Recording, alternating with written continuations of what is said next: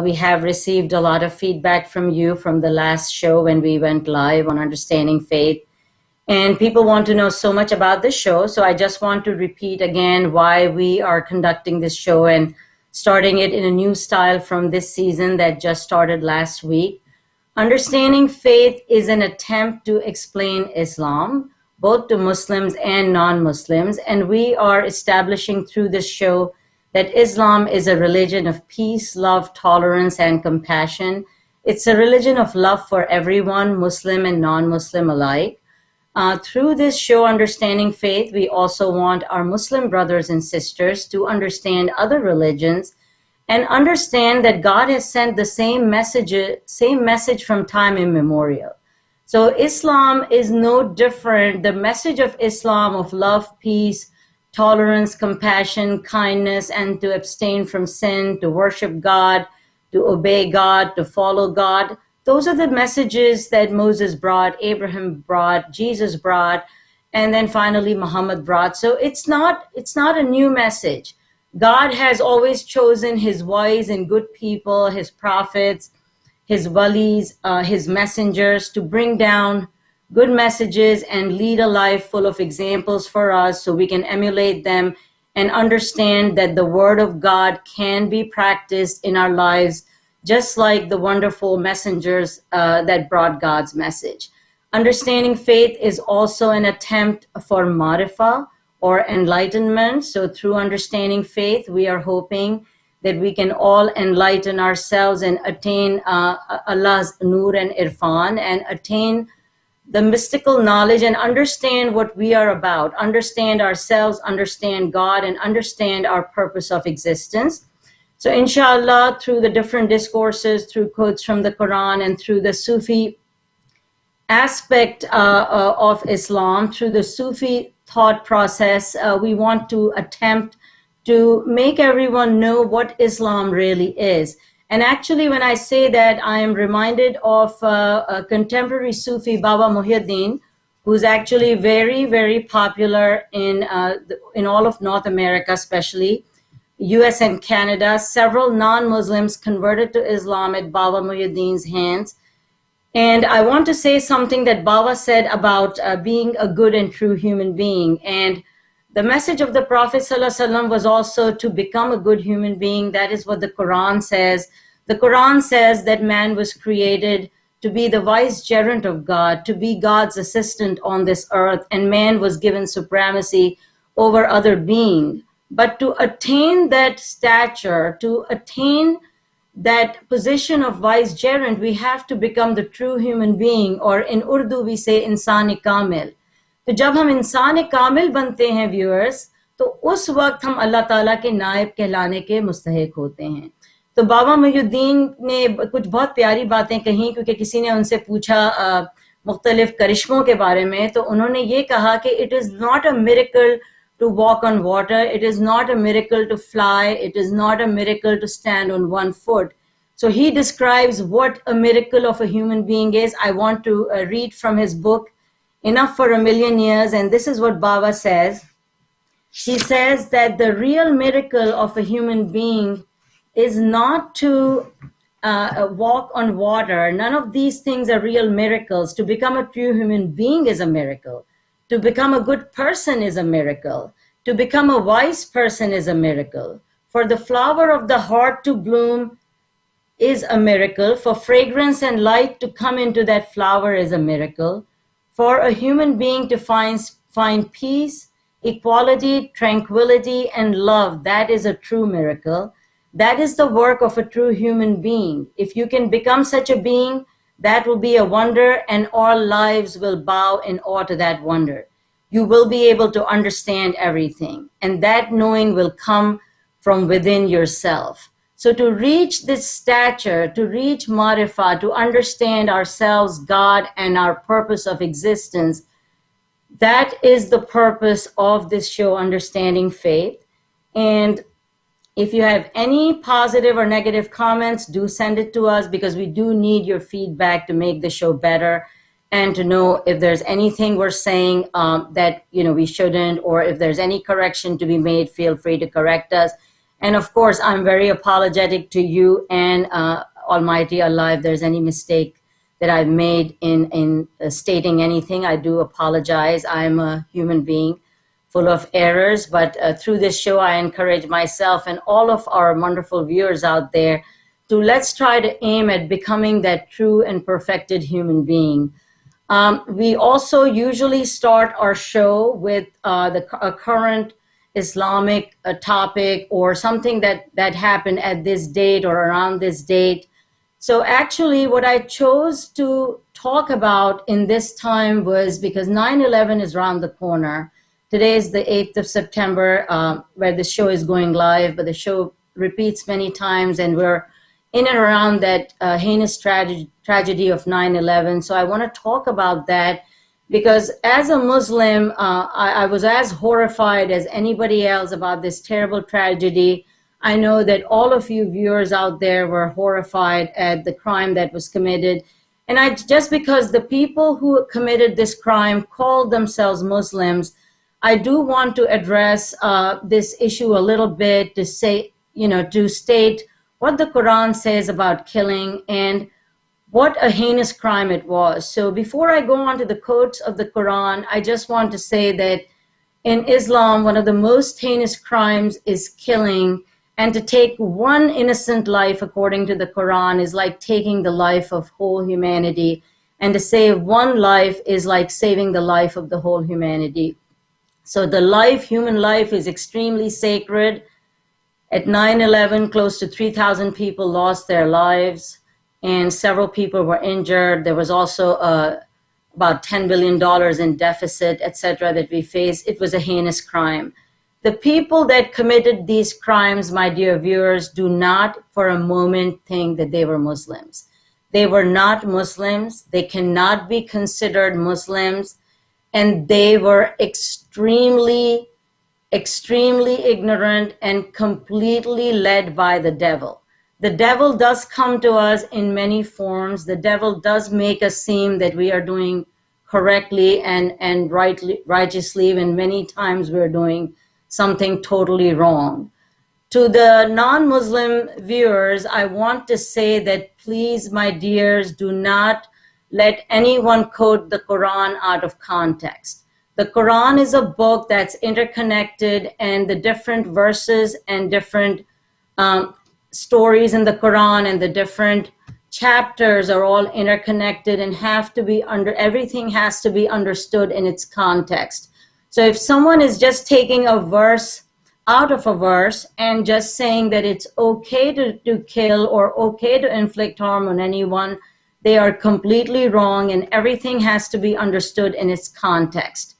So going back to the heinous crime of 9/11, I believe in chapter 5, which is Surah Maida, in verse 32, God has given us a verse on it, but there are several verses on killing and how terrible killing is, how terrible murder is. But since this is the one that jumps at me the most, and since this kind of sums up the Quran's message on killing very acutely, or in a nutshell, I wanted to quote that verse. So I want to come to Al-Ma'idah, and it says, من أجل ذلك كتبنا على بني إسرائيل أنه من قتل نفسا بغير نفس أو فساد في الأرض فكأنما قتل الناس جميعا ومن أحياها فكأنما أحيا الناس جميعا وَلَقَدْ جَاءَتْهُمْ رُسُلُنَا بِالْبَيِّنَاتِ ثُمَّ إِنَّ كَثِيرًا مِّنْهُمْ بَعْدَ ذَلِكَ فِي الْأَرْضِ لَمُسْرِفُونَ. So the translation, viewers, of this is, on that account we ordained for the children of Israel that if anyone slew a person, unless it be for murder or for spreading mischief in the land, it would be as if he slew the whole humanity. And if anyone saved a life, it would be as if he saved the life of the entire humanity or the entire world. Then although there came upon them our messengers with clear signs, yet even after that, many of them continued to commit excesses in the land. So God has laid down very clearly how heinous and terrible a crime murder is. The people that committed 9/11 were not Muslims. They were completely prompted by the devil. They could not have been Muslims, because no person that calls themselves Muslim can commit this kind of act. Unfortunately, we have many people in many religions who do not understand the messages of the religion. They take things out of context, or they are prompted by their own selfish motivations, their own animal instinct. And when they're prompted by their own animal instinct, instead of admitting to the problems that they have, they try to pin it on religion. And they try to use the excuse of doing something in the name of a religion. There is not one religion, my dear viewers, on this earth that encourages killing, that encourages terrorism, that encourages any kind of massacre. The only time a war is allowed to be fought and killing is allowed is in a battle of war. And that too comes with so many limitations that you cannot kill women, you cannot kill children, you cannot kill someone that is not armed, you cannot kill the weak, you cannot kill the sick. So there are so many limitations. It has to be completely equal. Even when two parties are waging that war, the soldier has to think and constantly analyze whether his or her action was justified or not. So killing, even in a battlefield, comes with a lot of restrictions, and it is just something that is not to be taken lightly. I'm reminded of a story of Ali ibn Talib. Ali radiallahu anhu was fighting a war, and he was ready to inflict the final blow on his enemy. He was on the enemy's chest, and the enemy spat on Ali. And when the enemy spat on Ali right before Ali inflicted the final blow, Ali got off from his chest, and Ali did not inflict the final blow, because Ali said, look, till now I was fighting for God and I was fighting for truth and justice. But now you've spat at me, and now because of that, my personal feelings of anger have come to surface, have come forth in my heart.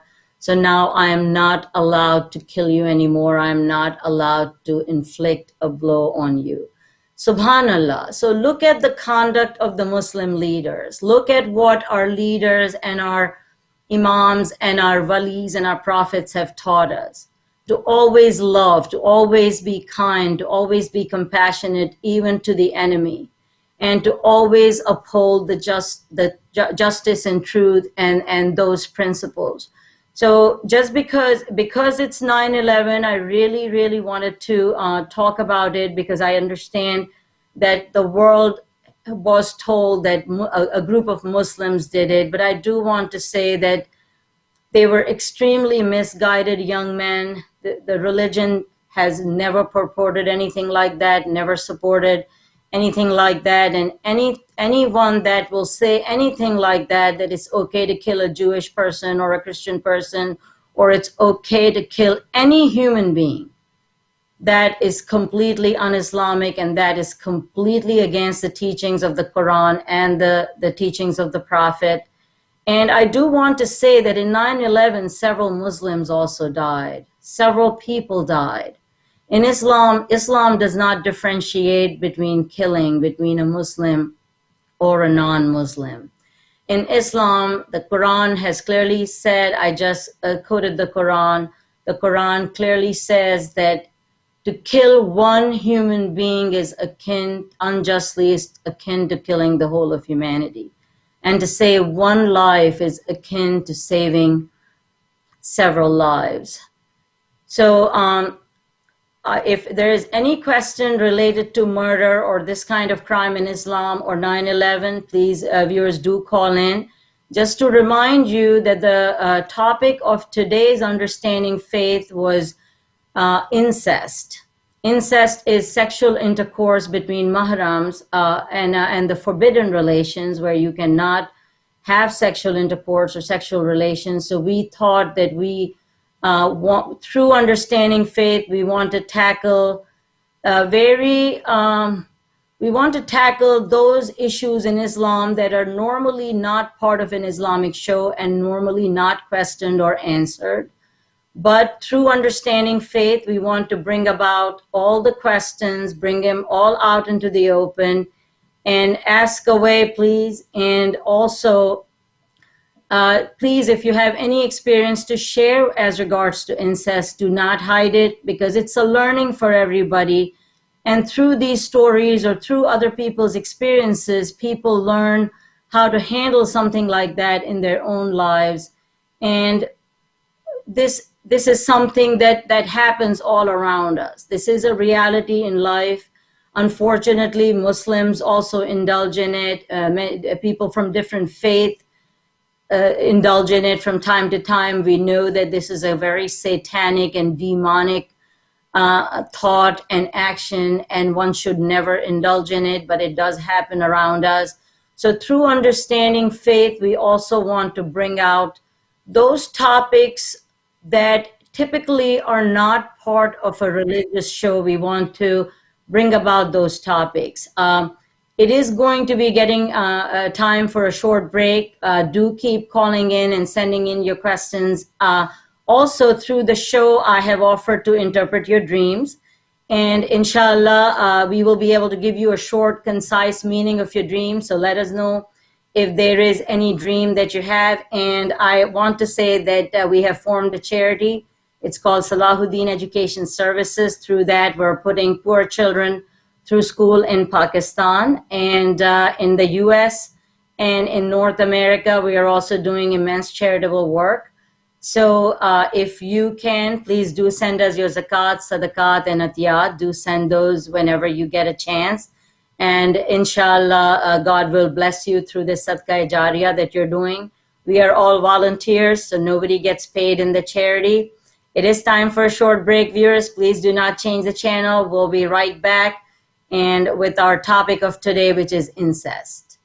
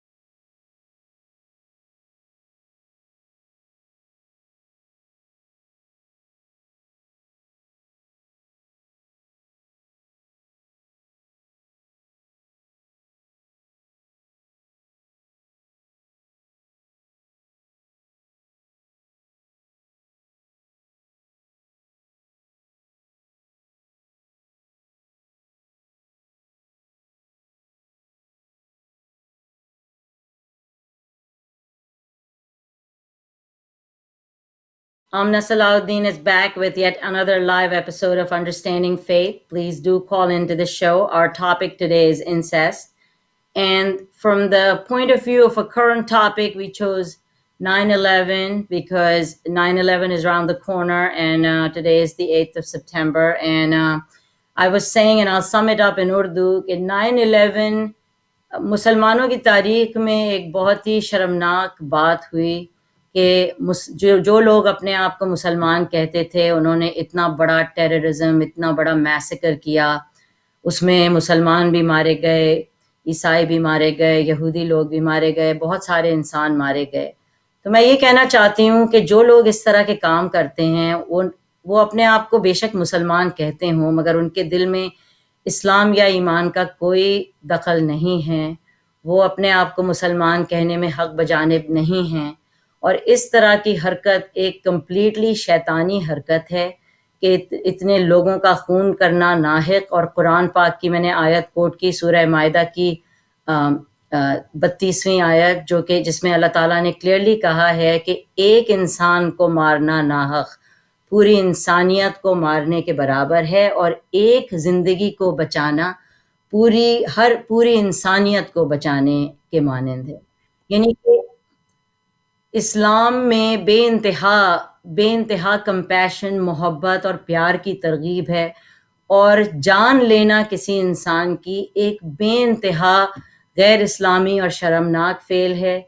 और जो लोग इस show को अभी देख रहे हैं, मैं ये चाहती हूँ कि वो इतना सा भी शक अपने दिल में नहीं रखें कि ये हरकत बेइंतहा गैर इस्लामी है और ये कुरान की हर टीचिंग के ख़िलाफ़ है, हुजूर पाक सल्लल्लाहु अलैहि वसल्लम की टीचिंग्स के ख़िलाफ़ है। और please make no mistake, there is nothing Islamic about what happened in 9/11, and please do not ever think that those people were led by any good intention, because they were not. I think we have a caller on the line. Hello, you're on air. Hello, Assalamu alaikum.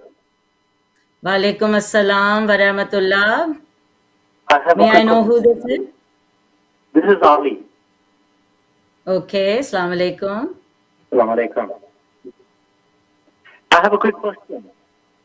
Sure. Our religion allows marriages. Some of the religions don't allow that. Could you please explain to me why some religions don't allow cousins to marry, like Hindus and other religions? Okay, I could not understand the question very well. Could you please repeat the question? Okay, I was trying to say, some religions don't allow cousin marriages, like Islam. Right. Could you please explain to us, okay, why some religions allow cousin marriages and some religions don't? Okay, sure. Okay. This is a little bit off our topic, but I will still address it because you've called about it. So, a lot of religions, especially Christianity, does not allow cousin marriages, and cousin marriages is also considered incestuous in many religions.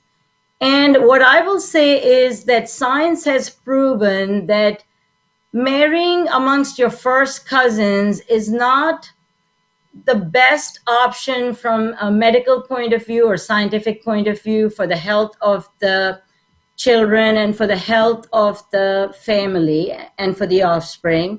So what I will say is that Islam allowed many things that were allowed because that was the need of the hour at that time. So when Islam came into being, there were very few Muslims in the beginning. I'm going to go back to the example of Adam and his children. In the beginning, Adam had children, and those children were married to each other because that's how, human beings had to spread through that, and that was allowed at that time in the beginning. Similarly, when Islam came into being, cousin marriages were allowed because there were a handful of Muslims and they could marry only each other mostly. And because they could only marry each other, it was allowed in our religion. But as the religion grows and as people of that religion grow, if somebody does not want to indulge in cousin marriages, because there are enough men and women outside of the family to marry, and they understand that scientifically it's better not to marry your cousin, then that's nothing un-Islamic about that. That's fine. There are two things in Islam that we all need to understand. One is what is permissible, and one is what is recommended. So it is permissible in Islam to marry your cousins, but is it recommended? Now, the answer to that is we have to look at all the scientific reasons for something. We have to look at that family circumstance. We have to look, when we talk about Islam, I want to say, viewers, everything good to me is Islam. Everything bad to me is un-Islamic. So if everything good is Islam, then we have to make that determination whether we can do cousin marriage or not based on what all the other things around us are saying. If there are enough men and women outside of the family that a person can marry, then that is better. According to health reasons, that is a better course to take. So Islam permitted certain things, but if it permitted certain things, it does not mean that it is encouraging those things. If you are living in a joint family system where children of the uncles and aunts are living like brothers and sisters and have those kind of loving feelings towards each other, then I will say that that would not be a very recommended thing to take somebody's brother or sister away from them unless there was just no other option. Sometimes people also marry within the family to keep their property within the family or to keep their wealth within the family. So that is not the right reason to marry within the family. Unless there is a strong reason to marry within the family, it is permissible in Islam to marry within the family, but nowhere have I come across that it is encouraged or recommended. So we do need to differentiate between what is permissible and what is recommended and encouraged. For example, it was allowed and permissible to marry more than one wife, but so many laws and rules had to happen because of that. So much justice had to be exercised, so much equality, that it was almost difficult to exercise the multiple wife to observe that kind of law or rule. And I would call polygamy more a law of exception, not a law of rule. So whenever anybody is indulging in cousin marriages, they have to see why it's being done and if it suits the circumstance of that person. Sometimes a person is not getting married because they have some kind of a disability.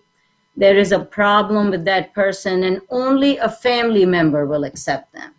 In that case, of course, it is encouraged and recommended for that person to get married to some family member.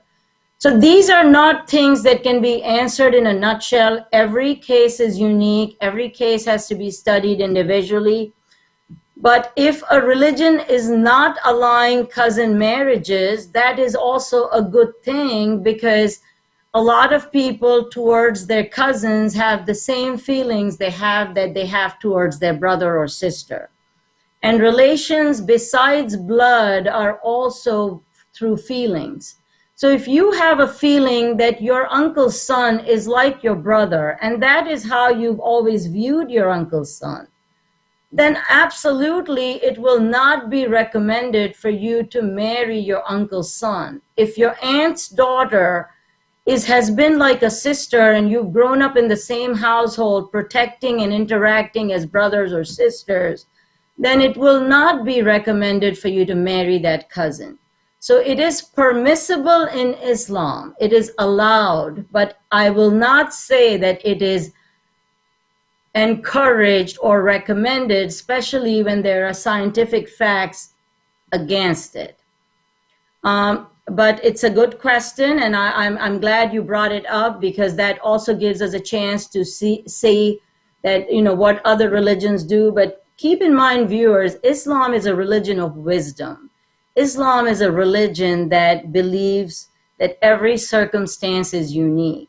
So there are general laws and rules, and then there are those exceptional laws and rules. So if we know, then science has proven that if you marry within your cousins, there could be abnormalities within the children, there could be a problem. Then I would say if there are enough people outside the family to marry, then try to avoid marrying within the family. But if the family structure is such that they have been encouraged since birth to marry within the family, or there are good reasons to marry within the family, then by all means. So these are not things that are in black and white. These decisions have to be made with wisdom and with the person's circumstance in mind. Now, before I take another call, I believe we are getting more calls. I've received a couple of emails on dreams, since we are also trying to do some dream interpretation through this show. I do want to say that please, when you send in your dream, I do need to know what time you saw that dream, and I do need to know what time you normally get up from your sleep. I do need to know those times because they help me interpret a dream better and give you a better meaning. The other thing I want to mention is that dream interpretation is from God. It's from the Quran, and the Muslim scholars have done a lot of dream interpretations and have been very correct in their interpretations. They are derived from verses of the Quran. But to do in-depth dream interpretation, I need to know more about the person, and I need more time. Through this show, we are trying to give you a short, concise, short and sweet answer to your dreams, which will generally apply to your circumstance or other people seeing the same dream. But to do an in-depth analysis, I would have to talk with you separately, or you would have to email me back and forth to know the entire dream and to ask a bunch of different questions about it. But somebody has written to us that they saw in their dream that they were running. They were running very fast and very hard, and they were running for several, for like at least a few minutes. They were running for quite a while. They covered quite a bit of space. So my answer to that dream is that means you will embark on a journey a little bit far away. So if you see yourself running a short distance in a dream, it is travels that are shorter distance travels. And if you see that you are running really long and hard in a dream, going far, running for a long time, then you will embark on a journey, inshallah, and may you be safe with that, to a more faraway land or a faraway place. There is another email that I have received. Let me just read it. A person has asked us, a gentleman has asked us that he saw in his dream that he is divorcing his wife. So I need to ask him some more questions about that. If you can call in or come on the line, please do so. But what I want to say, to give you a short and concise answer, you will have a change in your job circumstance. You will have a change in your job circumstance. Your job may be a little bit lower than your present job, but inshallah, all will work out in the end and it'll be fine for you. So when you're divorcing your wife in a dream, it does not mean that you're actually divorcing your wife in the dream. It means a job change, perhaps for a little bit of a lesser position than what you had. So is the caller that was on the line, are they still on the line? Okay, it looks like the call has dropped. So I'm going to continue with our topic of incest. And what I want to say on incest is that the first thing that comes to our mind with incest is that the Quran clearly tells us what our mahram relations are, which are our father, brother, mother, sister, close uncles, aunts, and those are all mahrams. These are the sacred kins of ours that we can interact freely with. Women do not have to wear the niqab and the hijab in front of their mehram. They can come and interact freely with their mehram. Just like that, the father can interact freely with his daughter, with his sister, with his wife. So except for a husband and wife relation, it is haram for any other relation like that, for any mahram relation to indulge in a sexual act. تو آج کا جو اردو میں سم اپ کرنا چاہوں گی viewers کہ آج کا جو ٹاپک ہے وہ انسیسٹ کے اوپر ہے. انسیسٹ جو ہے وہ محرم رشتوں کے بیچ میں جنسی تعلقات ہیں، جو کہ ہم جانتے ہیں کہ ایک بہت بڑا گناہ ہے، ایک بہت ریپلسو ایکٹ ہے، ایک بہت جانور جیسی چیز ہے. اور انفارچونیٹلی مجھے افسوس کے ساتھ کہنا پڑ رہا ہے کہ مسلمانوں میں، غیر مسلمز میں، ہر جگہ پر یہ چیز ہوتی ہے. میں امید کر رہی ہوں کہ یہ چیز کم ہوتی ہے، مگر یہ چیز ہوتی ہے. اور اس شو کے تھرو ہم وہ سوال جواب اٹھانا چاہتے ہیں جو اس سے پہلے مذہبی پروگرامز میں نہیں اٹھے، کیونکہ بہت سارے مذہبی پروگرامز جو ہیں وہ اسلام کے اوپر بات چیت ہوتی ہے، قرآن کو کوٹ کیا جاتا ہے، حدیث شریف کو کوٹ کیا جاتا ہے، مگر جو چپتے ہوئے سوال ہیں لوگ وہ پوچھتے ہوئے گھبراتے ہیں. کچھ لوگ سمجھتے ہیں کہ کوئی ہم پہ انگلی اٹھائے گا.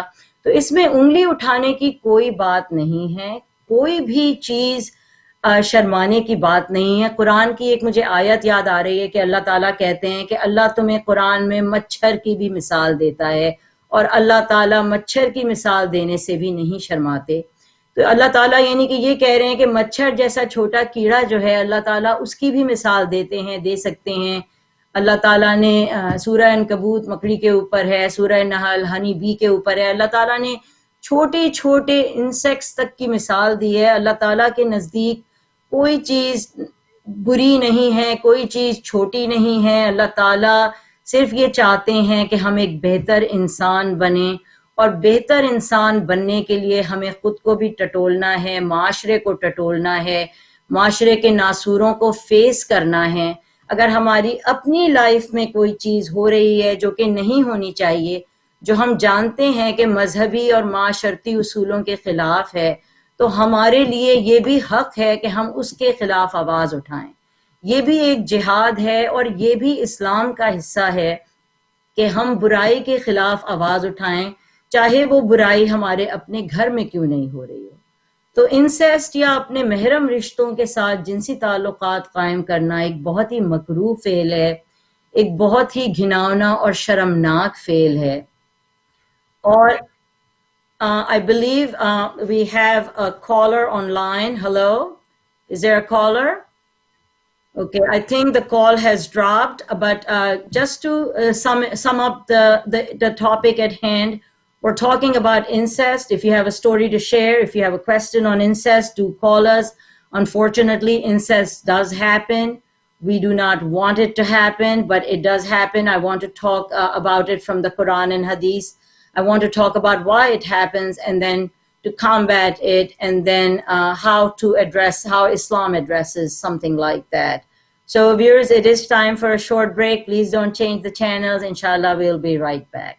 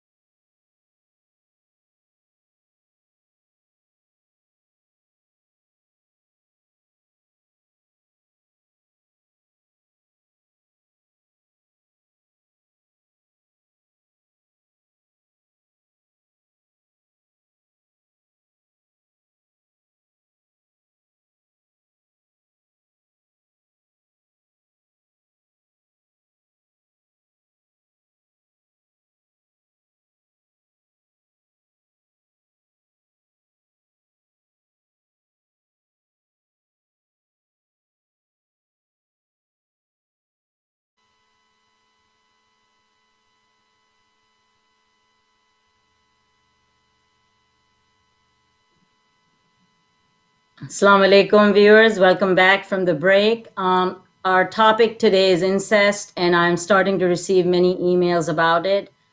Please also feel free to call in. You do not have to give your name if you have any experience to share. But I do want to say that, I want to say one thing about incest and why it happens overall. We do see that when cats or dogs or any animal has children, when the children are very small, they nurture those children, they feed them, they guard them. And then when those children become older, the same dog, cat, or other human being starts having intercourse and sex with his own or her own offspring. So this is a very animal-like instinct within human beings, and the whole purpose of our lives and of being humans, we have to combat all the animal desires within our bodies and our mind. So anybody that is feeling any kind of attraction to their mother or sister or daughter or to their fathers or brothers or uncles, these are animal instincts that we need to get rid of. We are human beings. We are ashraful makhluqat. We are the vicegerent of God. We are God's appointed people on this earth to rule over the earth. We cannot act like animals. I've said in many of my discourses that the good human being is one that learns to watch out for other human beings, sacrifices his or her own comfort for the sake of happiness of others. And the good human being is a human being that constantly reflects and ponders and knows what they're doing, and if they're doing something wrong, constantly repents and constantly works to correct that mistake. So if anybody is feeling attraction for their mahram, except for husband and wife, it's a very big and grave sin in Islam, and it's a very heinous crime. It's a very bad thing. ہمیں جانور کی خصلت نہیں اپنانی. جانور یہی کرتے ہیں کہ جب ان کے بچے ہوتے ہیں، کچھ ہفتے کچھ مہینے وہ ان کو دیکھتے ہیں، پیار کرتے ہیں، ماں باپ بن کے ان کی نگہداشت کرتے ہیں، لیکن جب وہی جانور کا بچہ بڑا ہوتا ہے تو ان میں آپس میں جنسی تعلق قائم ہو جاتا ہے. زیادہ تر یہ ایک بہت ہی جانوروں والی صفت ہے جو انسان کو اپنے اندر سے نکال کر نوچ کر پھینک دینی ہے. جو انسان اپنے محرم کے ساتھ اٹریکشن محسوس کر رہا ہے، ابھی وہ انسانیت کی ایک بہت نچلی منزل پر کھڑا ہے.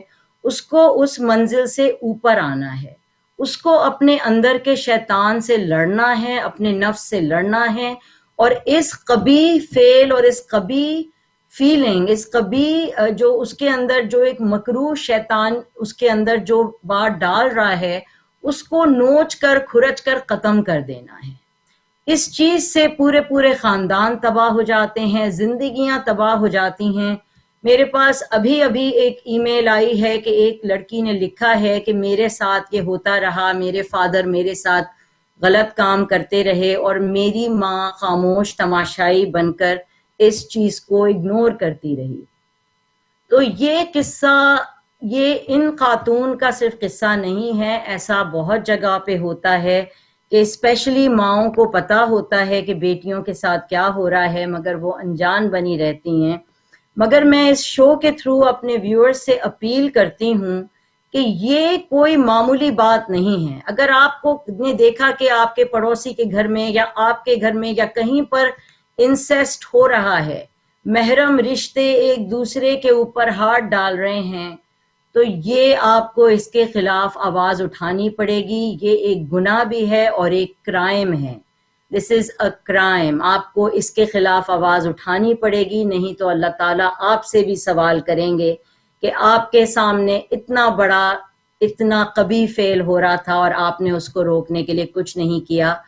تو پلیز ویورز، انڈرسٹینڈنگ فیتھ کے تھرو آپ ہمیں کال کر سکتے ہیں اگر آپ کی کوئی مجبوری ہے، اگر آپ کو کسی قسم کا سپورٹ چاہیے، اگر آپ کو کسی طرح کی ہیلپ چاہیے تو ہم آپ کے لیے کھڑے ہوئے ہیں. TV1 کی ٹیم آپ کے لیے حاضر ہے. صلاح الدین ایجوکیشن سروسز بھی मजलूम इंसानों की हिमायत और मदद के लिए कोशां है हरदम। और भी बहुत से अच्छे इदारे हैं जो ये काम कर रहे हैं। टीवी पे हमारे और लीगल एडवाइजर्स वगैरह भी शो करते हैं, आप उनसे भी कांटेक्ट कर सकते हैं। हम सब आपके साथ हैं, इसमें डरने की कोई बात नहीं है। इंसेस्ट एक बहुत ही ज़्यादा कबीह फेल है, ये एक जानवर वाली इंस्टिंक्ट है। अक्सर ये उन जगहों पे होती है जहाँ पर लोग इनकी रोशनी से महरूम होते हैं, जहाँ पर कोई एजुकेशन नहीं होती, माँ बाप अपने बच्चों को सही और गलत की तमीज़ नहीं सिखा सकते। मगर कभी कभी ये पढ़े लिखे घरानों में भी ऐसी बात हो जाती है। तो मुझे कुरान पाक की सूरह निसा की कुछ आयतें याद आ रही हैं, मैं वो कोट करती हूँ। फिर हुजूर पाक सल्लल्लाहु अलैहि वसल्लम की कुछ हदीसें भी इस कबी फेल के बारे में हैं। तो सूरह निसा की 22nd एंड 23rd आयत में अल्लाह ताला कह रहे हैं, वला तनकिहू मा नकाह आबाउकुम मिनस निसाई इल्ला मा क़द सलफ इन्नहु काना फाहिशतन व मक़तन व साअ सबीला हुर्रिमत अलैकुम उम्महातुकुम व बनातुकुम व अख़वातुकुम व अम्मातुकुम व ख़ालातुकुम व बनातुल अख़ी व बनातुल उख़्ती व उम्महातुकुम अल्लती अर्दानकुम व अख़वातुकुम मिनर रदाअति व उम्महातु निसाइकुम व रबाइबकुम अल्लाती फ़ी हुजूरिकुम मिन निसाइकुम अल्लाती दख़लतुम बिहिन फ़इन लम तकूनु दख़लतुम बिहिन फ़ला जुनाहा अलैकुम व हलाइलु ऐमानुकुम अल्लज़ीना मिन अस्लाबिकुम व अन तजमऊ बैनल उख़्तैनि इल्ला मा क़द सलफ़ इन्नल्लाहा काना गफ़ूरर रहीमा। मैं इसका इंग्लिश में I will do the translation. And marry not women whom your fathers married except what is in the past. It was shameful and odious and abominable custom indeed. Prohibited to you for marriage are your mother's daughters, sisters, father's sisters, mother's sisters, brother's daughters, sisters' daughters, foster mothers who gave you your suckle, foster sisters, your wives' mothers, your stepdaughters under your guardianship, born on your wife to whom you have gone in, those who have been wives of your sons, proceeding from your loins, and two sisters in wedlock at one and the same time, except for what is past. For Allah is oft forgiving, most merciful. So we do know that before Prophet ﷺ brought Islam, and before Islam, before Allah sent him, people did used to marry. There was incestuous relationships. People did marry their fathers' wives. They did marry sometimes their sons' wives, and they did certain things. They married two sisters sometimes at the same time. So Allah is saying through these verses that whatever is in the past, repent from that. Do not ever do it again. It is strictly forbidden in Islam. When I talk about Islam, I also want to say that in the Old Testament, in the Bible, in Leviticus and in Deuteronomy also, we have many verses on incest, and it is very abominable. So from all humanity, from ever, God had said that this was a very terrible and heinous act and never to be indulged in. So actually, when I talk about the Old Testament or the Torah or the Bible, in Leviticus, it starts with, none of you shall approach any one of his close relatives to uncover nakedly. I am the Lord. And it goes on to talk about that. Then in Deuteronomy, it says, cursed be anyone who lies with his sister, whether the daughter of his father or the daughter of his mother. And all the people shall say, Amen. And then Prophet ﷺ in Sunan Abu Dawud and Sunan Abi Majah, it's narrated through Ibn Abbas that the Messenger of Allah said, ﷺ, whoever has intercourse with a mahram relative, kill him. So the Prophet did not just limit it to stoning or flogging. Stoning in case of a married person, flogging in case of an unmarried person. He said, kill them. In another hadith, he said, confiscate the person's wealth and kill him. So that is how heinous this act is, that they don't even think that that person is worthy of living once they've committed incest. I believe we have a caller on the line. Hello, you're on the air. Assalamu alaikum. जी जी जी जी मेरा सवाल ये है कि आप dreams के बारे में बात कर रही थी, उनके इंटरप्रिटेशन के बारे में बात कर रही थी। जी जी आपने बीच में कहा कि आपको टाइम बताया जाए कि वक्त ख्वाब आया है, तो इसकी क्या अहमियत है कि जो लोग कहते हैं सुबह के ख्वाब सच्चे होते हैं, تو اس حوالے سے آپ تھوڑے سے ایکسپلین کریں گے. آئی نو آپ ڈفرینٹ بات کر رہی تھی, ضرور لیکن اگر آپ تھوڑا ضرور. بتا دیں تو. بہت ہی اچھا سوال آپ نے کیا ہے. ایسا ہے کہ 80 to 90% of the dreams prophetic ہی ہوتے ہیں, یعنی کہ ان کے کچھ میننگ ہوتے ہیں. ضروری نہیں ہے کہ ہر ڈریم کے میننگ بہت سگنیفیکنٹ ہوں, کیونکہ کبھی کبھی بہت ہی معمولی بات بھی اس ڈریم میں دکھائی جا رہی ہوتی ہے. اس کے ٹائمنگ کی سگنیفیکنس یہ ہے کہ جب آپ ایک خواب اٹھنے سے فوراً پہلے فرض کیجئے کہ آپ روز صبح 7 بجے اٹھتے ہیں اور آپ وہ خواب اٹھنے سے فوراً پہلے دیکھ رہے ہیں, تو جب آپ ایک خواب 7 بجے دیکھ رہے ہیں اٹھنے سے فوراً پہلے, اور آپ کا وہی معمول ہے اٹھنے کا, تو وہ تعبیر بہت جلد ظاہر ہو جائے گی. اسی دن, اس کے چند دن کے اندر, یا ایک ہفتے 10 دن کے اندر میکسیمم وہ تعبیر ظاہر ہو جائے گی. تو خواب سارے ہی سچے ہوتے ہیں. کوئی کوئی خواب انسان کے ہاضمے یا اس کی پریشان خیالی کو ریپرزینٹ کرتا ہے, لیکن میں یہ کہوں گی کہ 70-80-90% خواب انسان کو بتاتے ہیں کہ اس کے ساتھ کیا ہونے والا ہے. مگر یہ بھی ہے کہ اس میں بہت ساری باتیں بہت امپورٹنٹ نہیں ہوتی, لیکن ٹائمنگ اس لیے امپورٹنٹ ہے کیونکہ جب میں آپ کے خواب کی تعبیر بتاتی ہوں تو پھر میں آپ کو یہ بتا سکتی ہوں کہ آپ کب یہ خواب اس کی تعبیر کب آپ ایکسپیکٹ کریں. اگر آپ وہی خواب فجر کے ٹائم پہ دیکھ رہے ہیں اور آپ فجر پڑھنے کے بعد سو جاتے ہیں, فرض کیجئے کہ آپ نے فجر پڑھی 5 بجے, پھر آپ سو گئے اور آپ کا عام طور پر 8 بجے اٹھنے کا ٹائم ہے, تو فجر پر جو آپ خواب دیکھیں گے وہ 1 سے 2 مہینے کے اندر موسٹ پروبیبلی اس کی تعبیر ظہور میں آئے گی.